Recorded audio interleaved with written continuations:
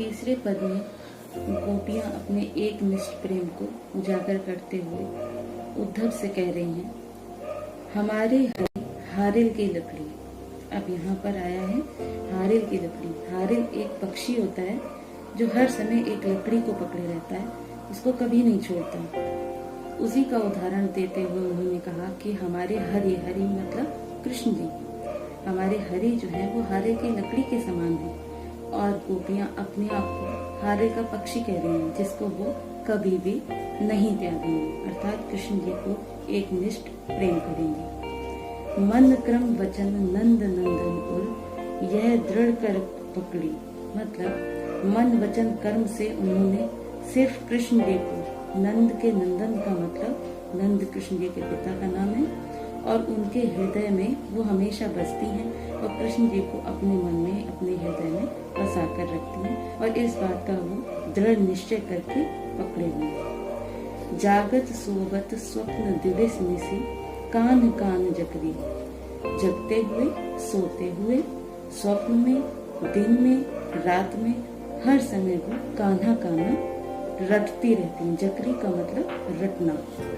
सुनत जोग लागत है ऐसो, ज्यों करोई ककरी, अर्थात सुन जोग संदेश को सुनकर उनको ऐसा लग रहा है जैसे वो कड़वी ककड़ी हो, यानी योग संदेश को वो कड़वी ककड़ी कह रही है जिसको ग्रहण नहीं किया जा सकता। सूतो व्याधि हमको ले आए, देखी सुनी न करी, वो व्याधि का मतलब होता है रोग, और वो कह रही हैं तुम तो, हे उद्धव, तुम तो ऐसे रोग को लेकर आए हो जो हमने अभी तक ना तो देखा न सुना, कभी किया भी नहीं।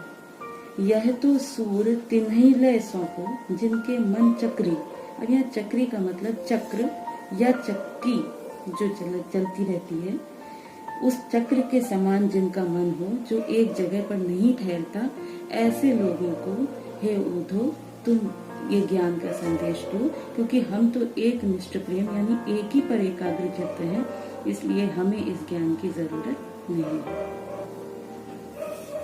चौथे और अंतिम पद में गोपियां उद्धव को कह रही हैं कि तुम राजनीति पढ़ के आए हो। राजनीति का मतलब यहाँ पर अभी चल रही पॉलिटिक्स है, जिसमें गलत सही का बिल्कुल बोध नहीं होता। कौन सी चीज गलत है, कौन सी चीज सही है, इस बात का कोई भी ध्यान नहीं रखता है। उसी राजनीति की बात ये कर रही हैं। पहली पंक्ति देखिए, हरि है राजनीति पढ़े आए। अब जो कृष्ण जी हैं वो राजनीति पढ़ के आए हैं और उन्हीं की राजनीति को ये गुरु अपने आप को कृष्ण जी को मानते हैं उद्धव। उनकी राजनीति से ही सीख के ये यहाँ पर हमको पढ़ाने आए हैं। समुझी बात कहत मधुकर के, समाचार सब पाए, अर्थात मधुकर का मतलब होता है भौरा, और भौरे को इन्होंने उद्धव से तुलना की है। उद्धव को ही वो मधुकर कह रही हैं और मधुकर का मतलब भौरा होता है। और उन्होंने कहा कि कृष्ण जी ने तो राजनीति पढ़ ली है और आपके योग संदेश को सुनकर पहले से ही वो समझ गई हैं कि जो समाचार आप समझा रहे हैं वो कृष्ण जी के राजनीति की वजह से बता रहे हैं। यानी पहले से तो वो चतुर और चालाक थे ही, अब तो उन्होंने राजनीति भी पढ़ ली है। आगे, एक अति चतुर होते पहले से ही वो बहुत समझदार थे। अब तो गुरु ग्रंथ पढ़ाए, गुरु यहाँ पर कृष्ण जी हैं और जो उनका शिष्य है वो उद्धव है। यानी कृष्ण जी ने जो राजनीति पढ़ी है वो उद्धव को समझा के भेजा है, उनको यहाँ पर उनको योग संदेश पढ़ाने के लिए भेजा है, यानी यहाँ पर चतुरता प्रकट की है।